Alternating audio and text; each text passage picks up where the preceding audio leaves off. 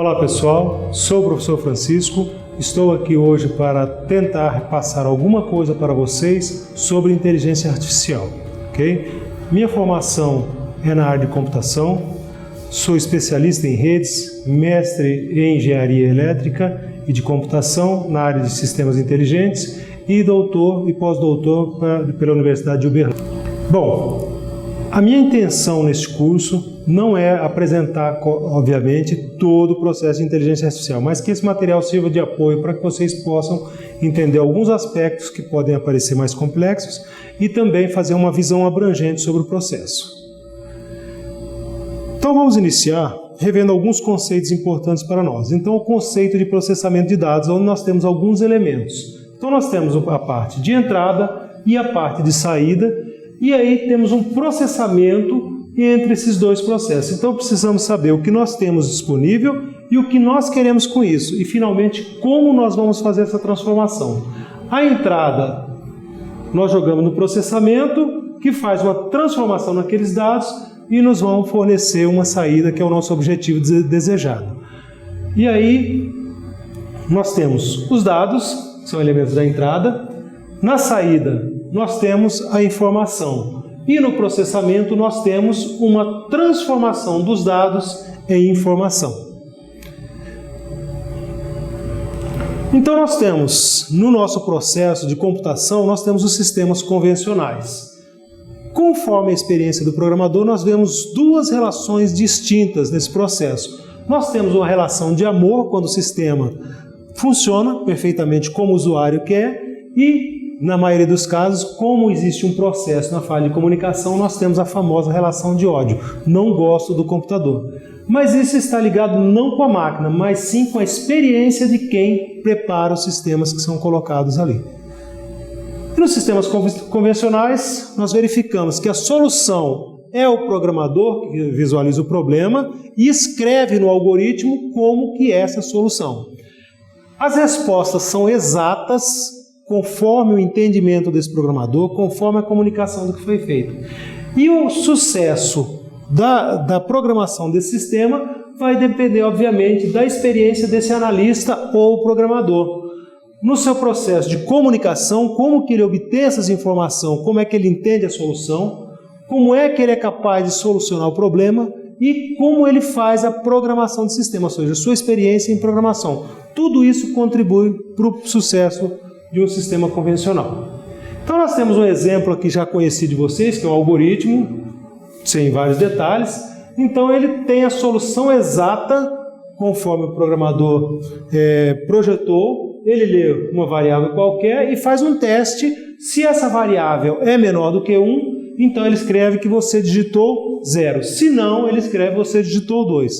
Obviamente a gente pode verificar que existem falhas nessa transcrição do algoritmo que podem ser melhoradas. Então vemos aqui, por exemplo, que o número 1 fica de fora, ele não deu nenhuma solução para números 3, 4, 5 e assim por diante. Ou seja, qualquer número que ele escrever, se ele digitar 0, aí a resposta sai exata. Na outra existe uma falha que pode ser compensada. E agora nós vamos passar para o entendimento dos sistemas inteligentes, que é alguma forma que nós colocamos, que tiramos a responsabilidade um pouco do programador em colocar o algoritmo nessa máquina. Vamos ver como é que isso funciona. Então, nos sistemas inteligentes, a solução está fora do algoritmo. O programador não escreve mais. Existem processos que vão analisar bases de dados, fatos e uma série de elementos que vão dar uma resposta para aquele sistema, o que nós vamos chamar de inferência. Essas respostas normalmente são abrangentes dentro de uma determinada classe e que sim tem uma possibilidade de erro diferente do outro. Conforme o programador entende a resposta, ele vai colocar uma resposta exata. Aqui nesse caso, como ela trabalha com classes, eu vou ter a possibilidade de ter algum erro, porque eu estou entendendo que a coisa funciona assim. Então os algoritmos em relação aos outros algoritmos, por exemplo, no algoritmo convencional, a maioria dos problemas existem algoritmos com muitas linhas, processos muito grandes. Esses algoritmos são relativamente pequenos, eles são semelhantes para problemas diferentes, porque eles trabalham em cima das bases, então ele faz um processamento dos fatos. E, enfim, eles trabalham sobre os dados disponíveis dentro desse processo aqui. Bem, para que a gente possa nos situarmos dentro de um sistema inteligente, Alan Turing propôs um teste muito interessante, onde eu tinha um ser humano e uma parte que iria dar resposta. Então, o sistema, para ser considerado inteligente, a gente considera que ele tem que passar por esse teste aqui. Então, esse ser humano faz uma pergunta, essa pergunta passa por uma barreira onde essa pessoa não sabe para onde vai, ele vai para um computador, esse computador sorteia para quem que ele vai enviar essa pergunta feita. Nesse primeiro caso, então, eu passo para uma pessoa responder. Essa pessoa recebe a pergunta, faz a resposta e devolve a resposta para o ser humano. Essa pessoa faz uma nova pergunta, ou a mesma pergunta, vai novamente para o computador, esse computador sorteia, foi para o computador, retorna, vem e é entregue para esse ser humano novamente. Aí a questão que fica para essa pessoa, que é exatamente o teste, consiste, se essa pessoa conseguir identificar quando a resposta está sendo feita por uma pessoa ou por um computador, esse sistema é um sistema convencional, claro. Agora, se essa pessoa não consegue identificar, então esse sistema pode ser considerado um sistema inteligente. Por quê? O nível de resposta dessa máquina é o mesmo feito por um ser humano. Vamos contextualizar outro conceito, né, que nós não gostamos, são problemas, mas problemas nós tratamos de forma diferenciada. Então vamos ver o que são problemas. Primeiro vamos trabalhar com a classificação do problema. Então nós temos o universo de todos os problemas, que podem ser divididos em duas partes: problemas solucionáveis e problemas não solucionáveis. Todo o universo do mundo nós podemos ver que se dividem nesse formato. Na computação, nós fizemos uma pequena divisão disso aqui, mudamos essa nomenclatura para fazer algum trabalho. Então, nós chamamos os problemas, em vez de solucionáveis, de parcialmente solucionáveis ou computáveis, e completamente insolúveis, são aqueles que eu não consigo colocar em uma máquina. O que isso faz de diferença? Então, olhando a outra classe, nós vemos que essa classe não solucionável é muito grande e essa classe diminui um pouco. Por outro lado, essa classe aqui aumentou um pouco o espaço dela. E é exatamente nessa região aqui eu tinha os problemas solucionáveis por sistemas convencionais. Agora, com a introdução de outras técnicas, eu consigo resolver parcialmente alguns problemas mais. Então, aqui nós vamos ter uma nova fronteira que divide, e eu ganhei mais esse espaço de elementos que eu posso colocar dentro de uma máquina computacional.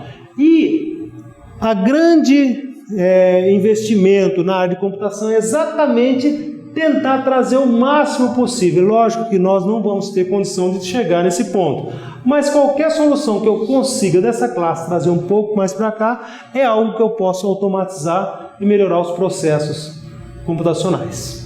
Então, um problema pode ser definido como sendo uma coleção de informações, conhecimentos, regras, objetivos que serão usados para decidir o que fazer. Então, para isso, nós vamos ter algumas coisas. Resolução de problemas. Então, nós vamos ter algumas etapas para fazer a resolução de um problema, seja no algoritmo convencional, mas no nosso caso interessa os processos de inteligência artificial. Então, a primeira etapa é formular esse problema. Nós vamos ver o que é formular um problema, fazer análise desse problema, identificar o conhecimento necessário para solucionar, qual técnica nós vamos trabalhar e, finalmente, escolher a técnica de resolução. Se vai ser inteligência convencional, se vai ser inteligência artificial e, se for inteligência artificial, qual técnica de inteligência artificial nós vamos utilizar para resolver esse problema. Vamos colocar um exemplo. Então, nós temos um exemplo muito conhecido na área de inteligência artificial, que é o mundo do aspirador de pó, onde eu tenho apenas duas salas. Essa sala contém sujeira ou não, e eu tenho um aspirador de pó que pode estar aqui ou aqui. Então, nós vamos definir quais são os estados possíveis. Então, nós temos esse estado e esse estado aqui. Qual o objetivo? Eliminar toda essa sujeira. Quais são os operadores? Mover para a esquerda, mover para a direita. E esse aspirador de pó, esse agente, tem a possibilidade de verificar como é que eu faço a mudança de estado.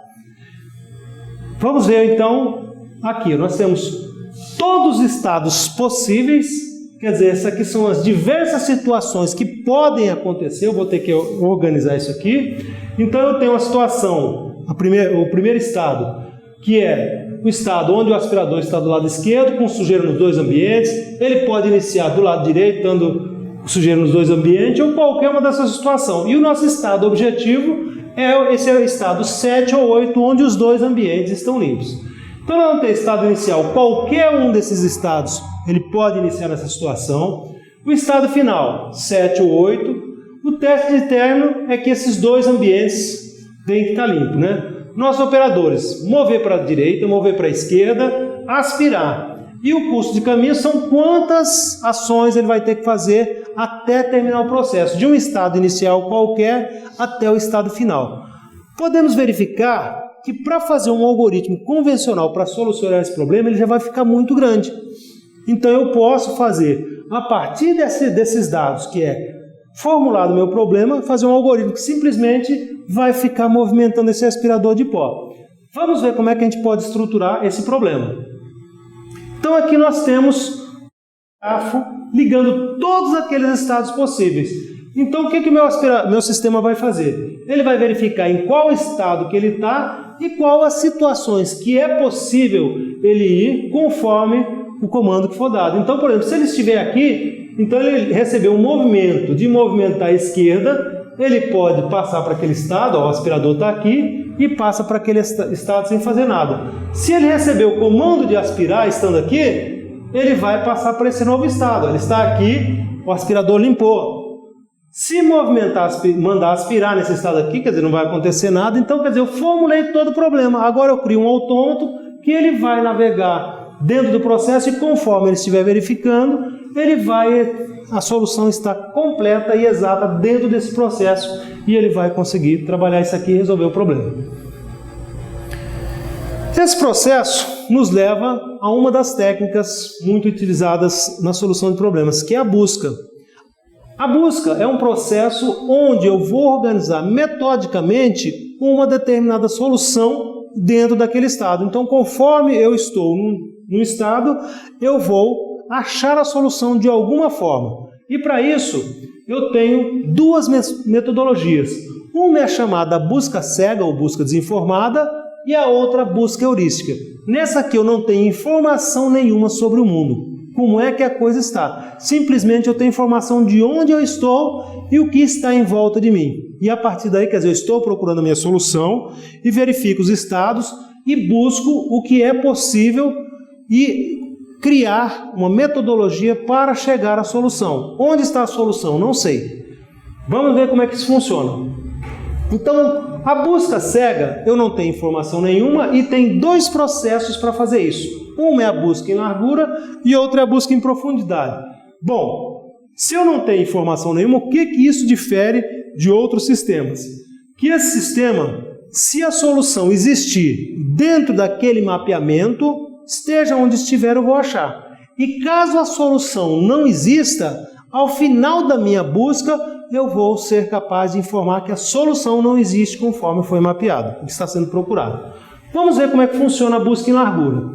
Então eu tenho um problema qualquer, aquele mundo do aspirador de pó, um mapa de um país, qualquer coisa, eu vou estruturar isso conforme uma árvore. Então eu puxo onde eu estou atualmente, ela passa a ser a raiz da minha árvore. E a partir daí eu tenho possibilidade de ir para outros estados. E desses estados também posso ir para qualquer outro estado. Então eu vou ter um estado objetivo qualquer e eu vou sair de uma forma organizada procurando isso aqui. Se eu não tivesse o processo de busca cega ou busca heurística, o que eu iria fazer? Eu poderia vir para B, de B eu volto para A, C e vou ficar nisso aqui. Quando eu estou procurando qualquer estado, eu ao final não sei o que está acontecendo.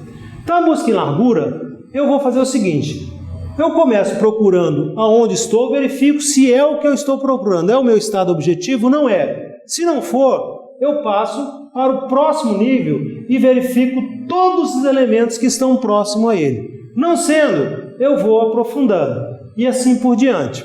Vamos ver um exemplo como é que funciona. Então eu tenho uma situação que o meu objetivo é encontrar esse nó G. Para nós humanos é extremamente simples, falar, o G está aqui. Mas não é isso que funciona computacionalmente. Nesse momento, estando em A, eu enxergo apenas esses elementos, ou na realidade enxergo apenas o A. Então, quando eu vou fazer uma busca nesse processo de largura, o que eu faço? Começo aqui. Aí eu verifico, estando aqui, eu verifico se esse aqui é o meu objetivo. Ah, é o objetivo? É G? Não, não é. Então, o que eu faço? Ignoro ele e passo para o próximo nível. E vou verificar. B é o objetivo? Não é. Verifico. C é o objetivo? Também não. D também não. Então, acabou esse nível. Vou aprofundar mais. E começo novamente. E é o meu objetivo? Não. F é o meu objetivo? Também não. E G é o meu objetivo? Opa, é. Então eu achei e agora vejam que de uma forma metódica eu acabei achando problema. Isso funciona, por exemplo, quando eu estou numa cidade, num país, em algum lugar que eu não conheço. Quando eu vou sair dessa cidade, eu estou na minha cidade atual, e aí eu falo, bom, eu preciso ir para tal cidade. Essa cidade existe, não sei, não conheço, então eu verifico quais são as cidades, quais são as saídas que eu tenho para sair aqui. Então eu tenho uma cidade, outra cidade, assim por diante. Escolho uma delas e verifico, nenhuma delas é meu objetivo. O que tem depois delas? E vou analisando e vou aprofundando isso aí, ou seja, vou distanciando. Essa solução é interessante, principalmente quando as soluções estão mais próximas, digamos, da superfície, então eu consigo achar mais rápido. Ainda assim, independente disso, vejam que o meu objetivo foi achado, ele existe. Se eu tivesse colocado um objetivo H, Y, qualquer coisa, ao final dessa árvore aqui, que para nesse momento, ele vai dizer, olha, procurei em todos os cantos possíveis e a solução não existe. Vamos ver a nossa próxima busca, em profundidade, que tem uma forma semelhante, mas eu faço a aposta na direção. Então, olha, eu vou sair para esse lado primeiro e vou verificar se a solução existe ali. Se não existir, eu continuo procurando o processo. Então, como é que funciona essa busca? Também inicio no meu estado atual, vou para o primeiro nó à direita, não sendo objetivo, eu vou para o próximo, não sendo, retorno e verifico o outro galho dele. Não sendo, retorno para a raiz e da raiz continuo descendo e assim por diante até chegar no final da solução e verificar que o meu problema não está nesse processo, ou está. Vamos ver da mesma forma o exemplo novamente como é que isso funciona. Então, de novo, meu objetivo é o G, passei pelo A, B, E, F, já tinha navegado ali, voltei para o C e achei o G. Então vejam que eu procurei até o final daquele lado esquerdo, do lado direito, não achando aquilo ali, retornei, procurei o próximo nó até o seu final. Ou seja, soluções que estão mais à direita da árvore terão mais sucesso de serem encontradas mais rapidamente. Ainda assim, como outro processo, mesmo estando aqui os custos mais caros, por exemplo, nesse caso aqui da solução será o J, mesmo assim existindo, eu vou achá-lo de qualquer forma, se ele existir. E agora nós vamos trabalhar com uma forma diferenciada, que são as buscas heurísticas. A busca heurística, diferente daquela outra, eu já começo a ter alguma referência, alguma informação que me leva a encontrar aquele processo. Então não trata simplesmente de tentar, digamos, um sorteio e simplesmente utilizando um método para achar a solução. Eu sei que a cidade que eu pretendo fica a uma distância estimada de um determinado processo. Eu tenho alguma informação que me diz se eu estou mais próximo ou não. Existem diversas técnicas. Vou utilizar uma técnica aqui que vai trabalhar com duas informações.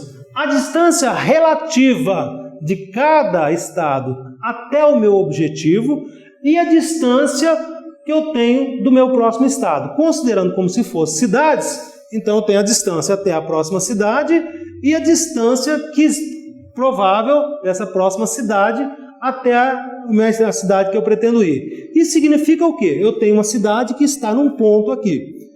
Se o meu objetivo está nesse local e eu optar para a cidade que vai para o lado de lá, o que vai acontecer? A distância relativa vai aumentar. Ao passo que se eu escolho a cidade certa, a distância relativa diminui. Se a distância relativa está diminuindo em relação ao ponto onde eu estou, significa que eu estou aproximando do meu objetivo. Então serve como uma referência. Vamos ver como isso funciona. Então fizemos o mapeamento, então nós vamos ter dois estados aqui, ó, estado A e estado D. A distância relativa ao objetivo eu coloco nesses estados. Então, por exemplo, esse estado A, que é o meu estado atual, por exemplo, tem uma distância 67 e o outro 43. Então, ao optar por esse camarada, significa que eu estou me aproximando. E a distância do próximo estado é a distância que liga aonde eu estou até o meu próximo estado. Nesse caso aqui, 61. Partindo dessa forma de organizar o problema, podemos estruturar o problema de forma mais completa. Então vamos visualizar. Eu tenho um mapa mundi qualquer e eu tenho que formular meu problema. Então, olhando esse mapa mundi, eu escolho um ponto qualquer. O robô vai fazer essa busca. Isso aqui é bem familiar para nós aqui, que é o nosso estado de Goiás. E aí nós temos algo que faz essa estruturação do problema fácil para nós humanos. Qualquer um de nós olha um mapa desse aqui, se eu estou aqui nessa cidade e quero ir para essa cidade aqui, eu vou traçar meu mapa. Agora, como é que a gente faz isso computacionalmente? De novo, nós passamos pela formulação do problema, pegamos os estados, que são todas as cidades possíveis isso aqui, as ações, ir para frente, retornar, ir para a esquerda, o custo que eu tenho, que é a distância em quilômetros de uma cidade a outra, e finalmente o teste de objetivos. Estou nessa cidade, quero ir para tal cidade, a cidade que eu cheguei agora é? Então vamos ver como é que isso funciona computacionalmente. Peguei aquelas cidades, estruturei e separei. Vejam que agora não preciso fazer mais uma árvore, simplesmente faço a ligação dos estados. Então o estado A, por exemplo, dali só é possível sair para o estado B, para o estado C ou para esse estado D. Do F eu só posso ir para B ou para C. Então quer dizer, eu fiz um mapa bem parecido com aquele mapa que nós conhecemos. Só que, claro, não tem aquela estrutura. O meu autômato vai passar aqui, estando no estado atual, ele verifica o que é possível ele fazer e ele vai tomar essa decisão. No nosso caso agora, eu já tenho uma informação. Qual é essa informação? Nós vamos ter o estado inicial, para o nosso exemplo, é o estado A e eu quero ir para o estado I. Então vamos lá. Estado A e vou para o estado I. Coloco as distâncias entre o estado, que vai ser a informação que vai ser carregada, buscada da base de dados e colocada aqui nesse mapeamento. E vou colocar também a distância relativa ao objetivo, no caso, o nosso objetivo é o estado I. Vejam que ele tem uma distância 0. E todos os outros estados têm uma distância que, por exemplo, olhando o L aqui, ó, que diz que a distância relativa é 34, a distância real 34, o G 28 e todos os outros têm. Mas os outros, por exemplo, é uma distância estimada, porque se eu somar 23 com 28 não deve dar 45 e assim por diante. Então essa distância, digamos, seria uma distância em linha reta que me dá uma referência, uma estimativa. Não é uma distância exata. A distância exata eu só vou ter, obviamente, nos nós que estão ligados diretamente a ele. Vamos começar a nossa solução, então. Então, eu estou lá no estado A. Então, esse algoritmo A, ele vai trabalhar com duas informações. O caminho vai ser aquele que tem o menor custo de função entre os estados. Qual que eu vou escolher? Então, estou num local, para que lado que eu vou? Então, vai ser o custo real, que é aquela distância de onde eu estou, até o meu próximo estado. E vou somar a distância desse custo estimado. Juntando esses dois, então cada estado que eu tiver disponível vai dar um valor. E a partir daí eu vou escolher o que tem menor valor, porque eu vou estar supondo que tendo esse menor valor, eu vou chegar lá. Então vamos lá. Estou no estado A. Eu tenho quais saídas aqui? Estado B, C e D. Como é que eu vou trabalhar isso aqui? Então nós vamos pegar lá, no estado B, que é 15, a função custo vai ser o 15 mais o 68. Isso vai resultar em 83. Então já tem a função custo que tem para ir por esse estado B. Vamos ver no C agora como é que vai funcionar. Passando para o C, então eu vou ter novamente o custo real, que é 23, mais o custo estimado, que é 45, e vou ter um novo valor, 68, que já é menor do que 83. Mas mesmo assim eu tenho um outro estado aqui, apesar dessa distância ser grande, eu poderia ter um custo menor, assim mesmo eu tenho que checar eles. Então novamente eu faço o teste. Então 61 mais 43, tenho 104, pronto. Em cima desses três valores, eu vou escolher o que vai me dar o menor custo. Então 83, 68 e 104, o caminho melhor nesse momento vai ser esse caminho saindo para a letra C, para o estado C. E aí esse é o caminho escolhido e vou colocar meu carrinho indo nessa direção. Vejam que o autômato, agora o que ele fez? Simplesmente fez uma conta e sempre vai repetir essa conta para decidir aonde ele vai seguir. Chegando no estado C, nós vamos repetir a operação de novo. Aí eu testo os estados disponíveis, que é o estado F, o estado G, o estado H, o estado D, e inclusive retornando para o estado A. Ora, mas por que eu vou voltar para o estado A? Vejam que é uma máquina. Essa máquina ele vai verificar o que está disponível para ele. Então, nesse caso, olhando todos esses custos aqui, 68, tal, nós vimos que o menor custo está em vir para o estado G, que é o que nós vamos seguir esse caminho agora. Chegando em G, eu tenho novamente a mesma decisão. Então, retornar para o C, ir para o H e ir para o F. Verifiquei qual dos três custos são menores e, obviamente, decidi que o custo menor é esse aqui, 28, e está definido meu caminho. Vou seguir para o estado I. Chegando em estado I,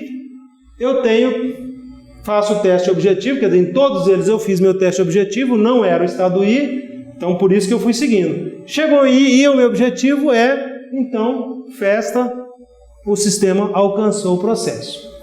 Para implementar esses processos de buscas e outros processos de inteligência artificial, nós temos os chamados sistemas baseados em conhecimento, que é a parte da inteligência artificial clássica, que tem a seguinte estruturação. Nós temos uma base de conhecimento, um mecanismo de inferência, conhecido também como motor de inferência, e um elemento que é a memória do sistema. Vamos ver o que cada uma dessas partes fazem. Então, a base de conhecimento, que é o nosso primeiro elemento, ele contém alguns elementos. O mecanismo de busca, as estratégias, conhecimento, as regras que eu tenho para tratar determinado problema. Ou seja, tudo aquilo que nós fizemos na formulação vai ser utilizado nesse processo. Depois nós temos o motor de inferência, ou o mecanismo de inferência, que vai ser o responsável pelo processamento, a lógica que vai trabalhar todo esse processo, a tomada de decisão e aprendizagem quando não existir uma regra, algo que tem aqui, ele vai fazer ligação entre o fato tratado e o problema novo que existe dentro daquele que ele tem e criar novas regras que nós vamos chamar de metaconhecimento.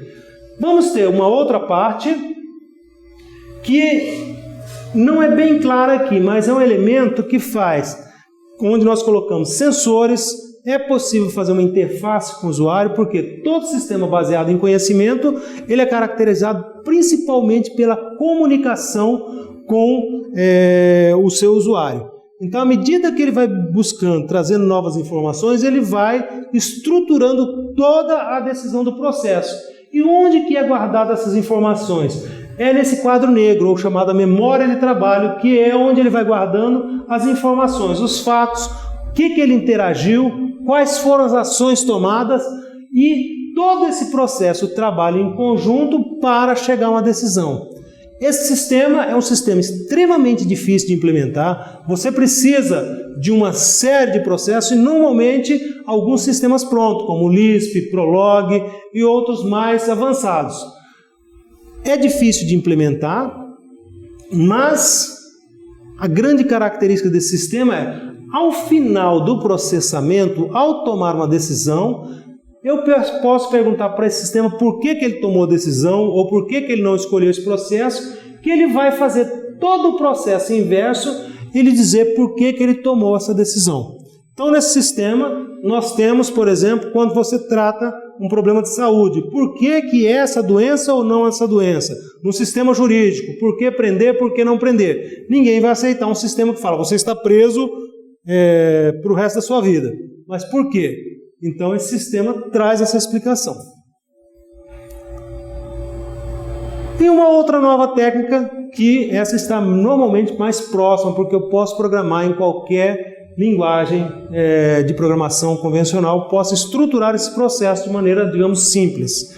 Então vamos ver como é que funciona isso aqui e os seus conceitos básicos.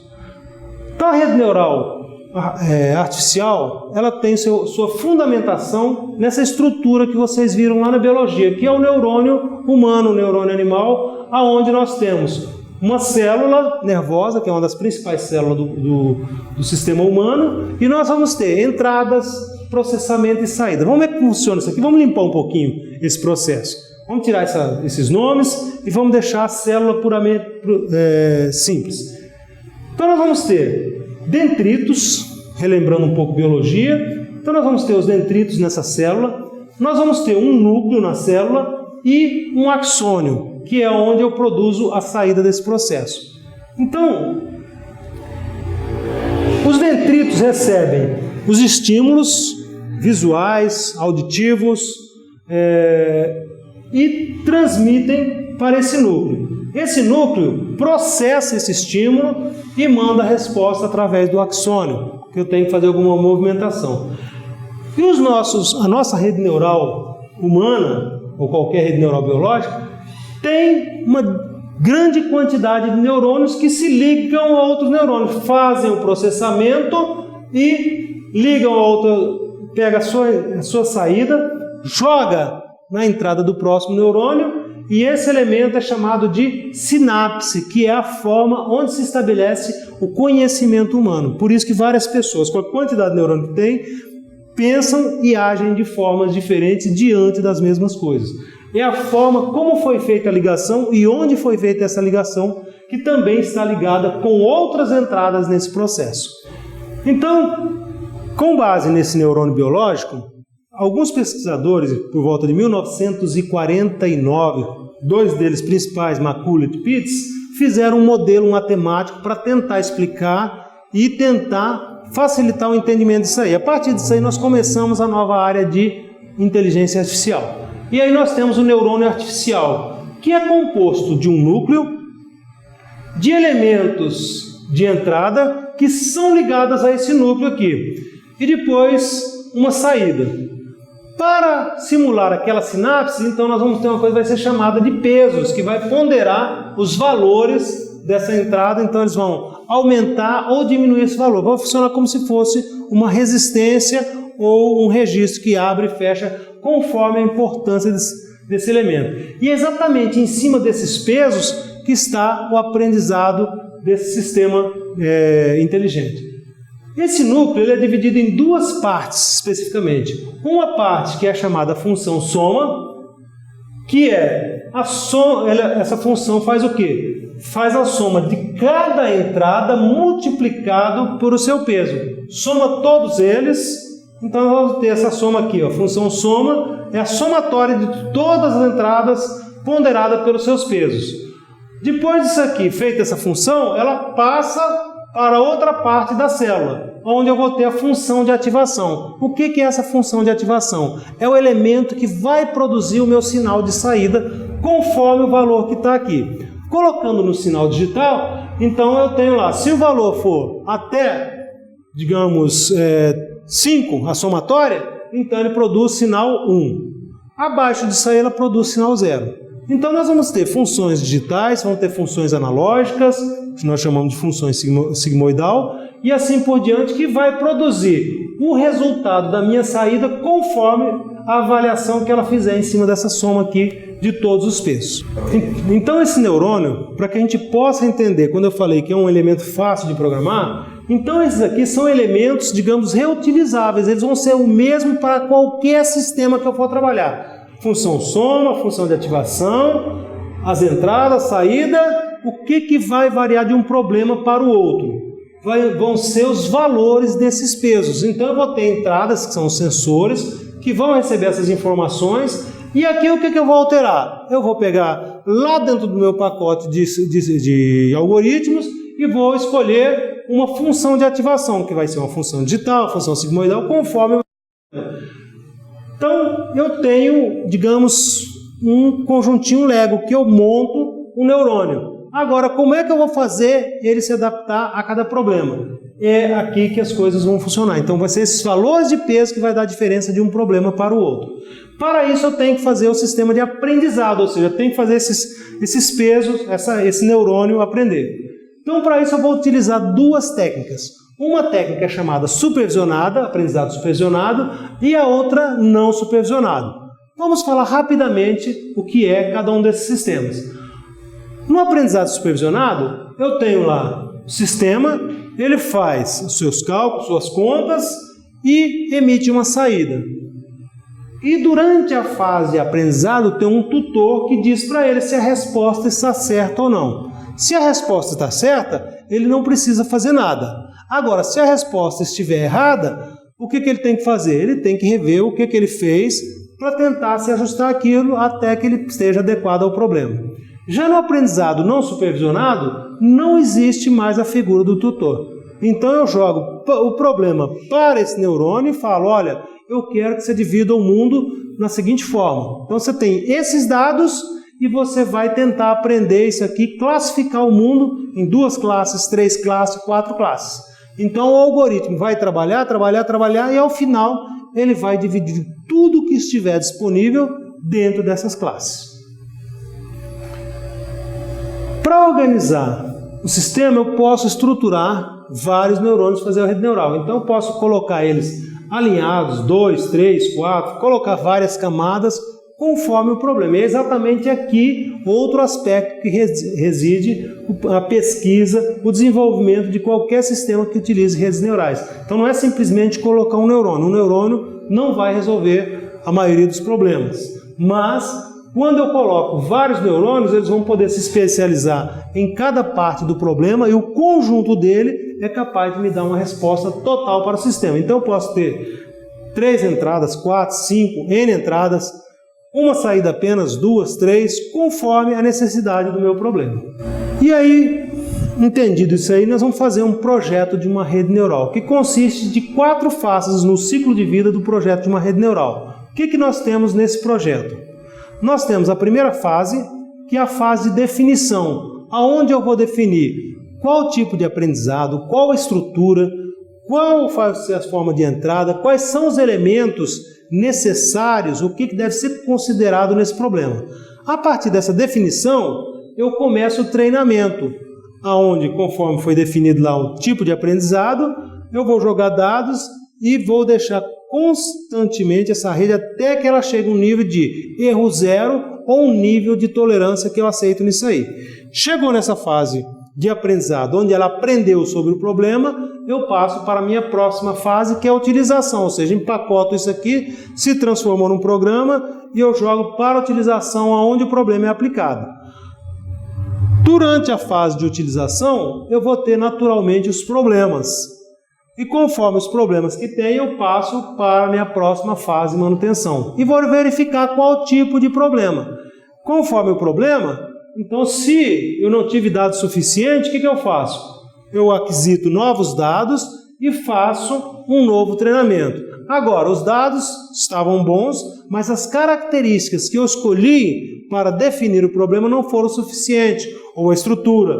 Aí eu volto para a fase de definição, redefino toda a rede novamente e reinicio o processo. Vamos entender, de uma forma bem simplificada, como funciona isso aqui através desse exemplo simples. Então esse exemplo diz que uma empresa de triagem de atletas, recebem vários atletas, necessita cadastrar candidatos e separar esses candidatos em uma modalidade esportiva, que é automobilismo ou futebol. 2 coisas que nós brasileiros gostamos muito. Agora, para definir isso aqui, nós temos um problema sério. Falar, vou cadastrar candidatos. Então, vou cadastrar esse candidato, nome, CPF, cor e etc. Coloco esses dados, eu trabalho isso da forma convencional. Agora, como é que eu faço para dizer se esse atleta que não tinha tendência nenhuma, se ele vai ser automobilista ou jogador de futebol. Não tenho nada para identificar. Olha o problema.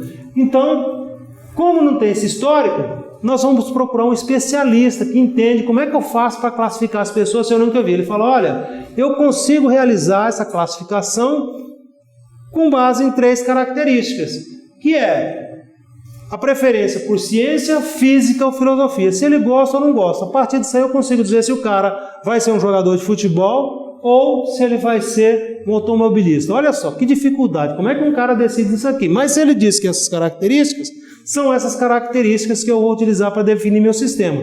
Como é que nós vamos fazer isso? Então vamos lá. Primeiramente, da mesma forma na estatística, eu vou pegar 4 amostras quaisquer dentro do meu universo. Então eu peguei 4 pessoas, Neymar, Maradona, Barrichello e Massa. Obviamente Neymar e Maradona são jogadores de futebol e Barrichello e Massa mexem com Fórmula 1. E vamos fazer a codificação. Então nós falamos que nós temos a nossa amostra, nós temos as preferências, que são as características, e finalmente a classe. Então eu vou utilizar para a classe automóvel e 0 para a classe futebol, que são os dois, Neymar e Maradona, classe 0, Barrichello e Massa, automóvel. E aqui se a pessoa gosta ou não. Então Neymar, por exemplo, gosta de ciência, não gosta de física, não gosta de filosofia. Já o Maradona gosta de ciência, não gosta de física, gosta de filosofia. O Barrichello gosta de ciência, gosta de física, não gosta de filosofia. O Felipe Massa gosta de ciência, gosta de física e gosta de filosofia. Como é que a gente classifica? Qual a relação que tem? É um exemplo simples, mas que a gente pode ver que eu não consigo estabelecer qual a relação desses elementos entre um cara ser jogador de futebol ou correr Fórmula 1. Então eu jogo lá para a rede neural e ela vai achar um jeito de fazer essa classificação. Então para isso eu vou escolher um neurônio extremamente simples, uma rede neural com apenas um neurônio, com apenas uma camada, que é o nosso neurônio artificial, também conhecido como perceptron. Então ele vai ter as suas entradas, função soma, transferência e a saída. E nós vamos utilizar na função soma, lembrando que aqui, como são 3 entradas, vai ser a entrada 1 vezes o peso 1, entrada 2 mais a entrada 2 vezes o peso 2, 3 vezes o peso 3. E a função de transferência, extremamente simples também. Se o resultado da função soma for maior do que 0, então a saída vai ser igual a 1. Se não, saída igual a 0. Estabelecidos esses 2 elementos, nós precisamos estabelecer o próximo elemento, que é a regra de aprendizado, que vai ser como que eu vou estruturar essa rede para que ela possa trabalhar. Então agora nós vamos estruturar essa rede, como que ela vai aprender sobre o problema com os exemplos apresentados. Então, o aprendizado supervisionado, como eu falei, o sistema faz o cálculo. Se estiver ok, ele compara com aquela saída da tabela que eu fiz e, se estiver ok, não faz nada. Agora, se estiver errado, ele precisa reajustar esses pesos. E como é que ele vai fazer isso? Por meio dessa regra de aprendizado. Então, quando ele fizer o cálculo, se a saída estiver errada e ela for 0, então ela vai somar cada peso ao sinal de entrada. E se estiver errado e for 1, ela vai subtrair esse peso. Partindo dessas regras, podemos fazer um exemplo para mostrar o funcionamento. O algoritmo, ele tem alguns passos. Primeiro, eu inicializo os pesos. Depois, eu pego e mostro um daqueles padrões e calculo o valor da soma e passo para a função de transferência. Passando para a função de transferência, nós vamos ter 2 situações. Primeira, quando estiver ok. Estando ok, não preciso fazer nada, está correta, eu volto e mostro um novo padrão. Se estiver errado, aí eu utilizo aquela regra de aprendizado. Se for 0, eu adiciono o peso. Se for 1, eu subtraio o peso. Terminou essa etapa, eu volto ao segundo passo e apresento um novo padrão. E vou passando por todos os elementos da amostra até terminar o processo. Terminando o processo, eu verifico se houve algum erro durante aquele ciclo. Se houve algum erro durante aquele ciclo, eu vou refazer novamente até que não haja erro. Então vamos começar o algoritmo. Então nós vamos ter a inicialização dos pesos, fiz um sorteio qualquer que por acaso saiu tudo zero. Então são os pesos disso aqui. E começamos o treinamento. Aí eu apresento o primeiro elemento da amostra, que é o Neymar. Então lá as 3 características, 1, 0, 0, que eu vou aplicar à entrada. Então 1, 0, 0 está lá. Isso aqui é o valor que eu espero receber. Então vamos ver o que acontece. Eu pego 1 vezes 0, deu 0, 0 vezes 0 deu 0, 0 vezes 0, 0. Função soma, somei tudo, deu 0. O valor é maior do que 0? Não. Então se o valor não é maior do que 0, então a saída foi 0. 0 é igual à minha saída esperada. O que é que eu tenho que fazer? Nada, está correto, a rede funcionou direitinho. Vamos pegar o próximo elemento, que vai ser o Maradona. Pego aquele 101 e coloco na entrada. Coloquei na entrada, 1 vezes 0, 0, 0 vezes 0, 0, 1 vezes 0, 0, somou tudo, deu 0, 0 não é maior do que 0, então a saída, 0 novamente. Tendo 0, valor 0, não mexo nada na rede. Vamos para o próximo elemento, que é o Barrichello. Pego de novo aquele 100 e jogo lá na entrada. Joguei na entrada, fiz as contas. 1 vezes 0, 0, 1 vezes 0, 0, 0 vezes 0. Função soma vai dar que valor? 0. Qual é o valor esperado? 1. Opa, então ela não funcionou direito. O que eu tenho que fazer?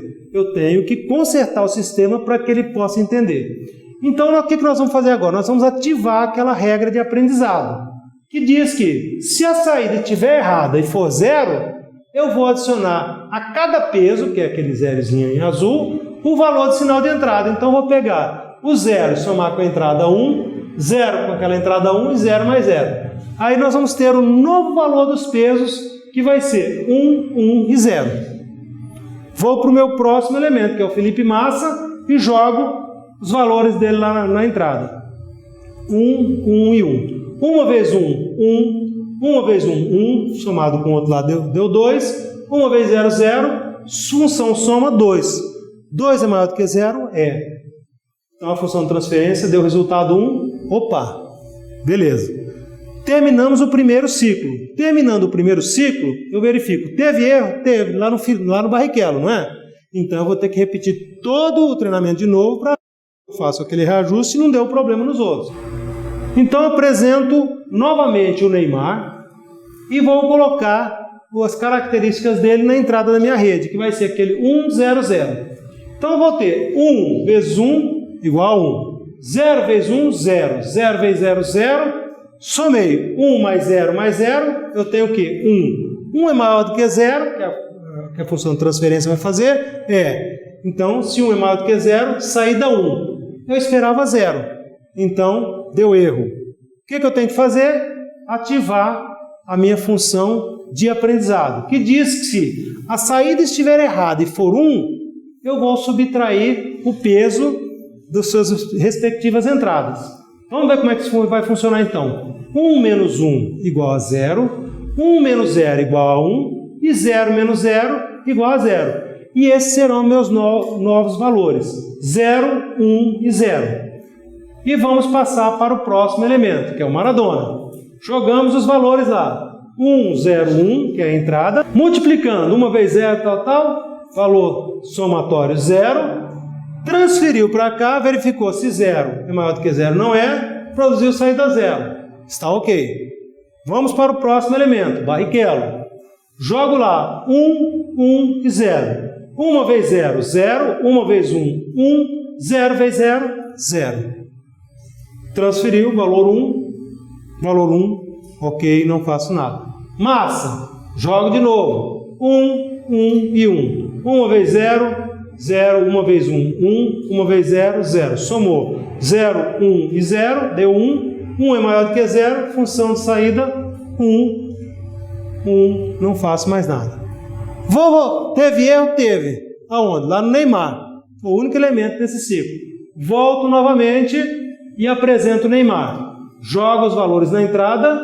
1, 0, 0. Fiz as contas. 1 vezes 0, 0. 0 vezes 1, 0. 0 vezes 0, 0. Somou os valores. É maior do que 0? Não. A função de transferência emite para mim o valor 0. que é igual à saída.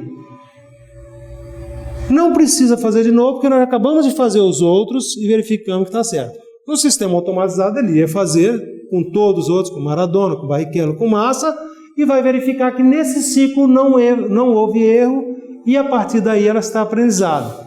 Ok, mas você utilizou todas as situações possíveis. Não. Por quê? Eu utilizei apenas 4. Quantas situações possíveis são aqui? 8 situações possíveis com essas combinações. A partir daí eu posso jogar as outras combinações. Por exemplo, uma que não estava aqui. O cara que não gosta de filosofia, não gosta de ciência e nem gosta de matemática. 0, 0, 0. Joguei 0 vezes 0, 0. 0 vezes 1, 0. 0 vezes 0, 0. Fiz a função de soma. O que vai acontecer? Não é maior do que 0. Então ela vai emitir valor 0 e vai classificar essa pessoa que não estava na amostra e vai identificar ele como jogador de futebol, por exemplo.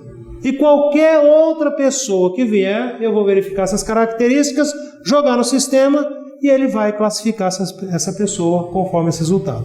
Então vejam que esse sistema, apesar de simples, ele é aplicável para qualquer sistema de rede neural. O que vai alterar? Eu vou ter mais neurônios. A regra de aprendizado, claro, vão ser diferenciadas, mas eu simplesmente utilizo o mesmo processo. Pego exemplos, estabeleço os valores das características e jogo nessa rede e verifico se ele foi igual àquilo que eu esperava. Se não foi, eu reajusto esses pesos. Ao término, eu vou ter valores de pesos e monto esse sistema e identifico. Ah, mas ele vai entrar valor 100 e depois sai 0. Aí, claro, nós vamos ter que ter uma ligação com esse nosso usuário. Então, aqui eu pergunto para ele se ele gosta de filosofia, se gosta de ciência, se gosta de matemática e transformo. Se ele gosta, pego o sim ou não, transformo em 1. E na saída, conforme o valor que saiu classificado, eu coloco a função. Se saída igual a 0, então diga para ele, você é um jogador de futebol. Se não, você é um corredor de Fórmula 1. Então, nós passamos, digamos de uma forma simplificada, todo o conhecimento, os conceitos que mudam aquele nosso processo convencional de pensar, ou seja, olhar um problema, entender como o problema faz e criar uma solução algorítmica. Vimos que existem formas diferentes de criar a solução, uma resposta, inclusive para situações que eu desconheço. E é nesse aspecto que a inteligência artificial produz novas contribuições, trazendo um universo que me sai do sistema convencional, dos problemas que são perfeitamente computável e trazendo uma solução, às vezes, para aspectos onde eu não tinha uma solução completa. E aí eu consigo tomar novas decisões com classificação, com buscar um elemento ou qualquer outra coisa que me seja um novo desafio. Lembrando que a inteligência artificial ela pode classificar novos padrões que não estão presentes no momento em que eu estou fazendo a análise do problema, mas também que ela tem uma margem de erro. Por isso que ela se chama de inteligência, porque ela se assemelha muito aos nossos processos de decidir. Nós, a todo momento, não decidimos corretamente. Na realidade, nós mais erramos do que acertamos. Mas quando nós erramos, nós aprendemos com aquele erro para não errar novamente. E é exatamente nesse ponto que um sistema com inteligência artificial vem suprir alguns processos. Eu passo para a máquina essa capacidade de aprender com o problema à medida que as coisas vão acontecendo. Era isso, de maneira geral, que eu gostaria de transmitir a vocês, para que vocês possam entender esse conteúdo que faz parte dessa disciplina, e espero que vocês possam visualizar e temos aplicações fantásticas na área de educação. Aliás, é onde mais aplicamos e que nós temos tido resultados muito bons. Muito obrigado a todos, um bom estudo e sucesso na carreira.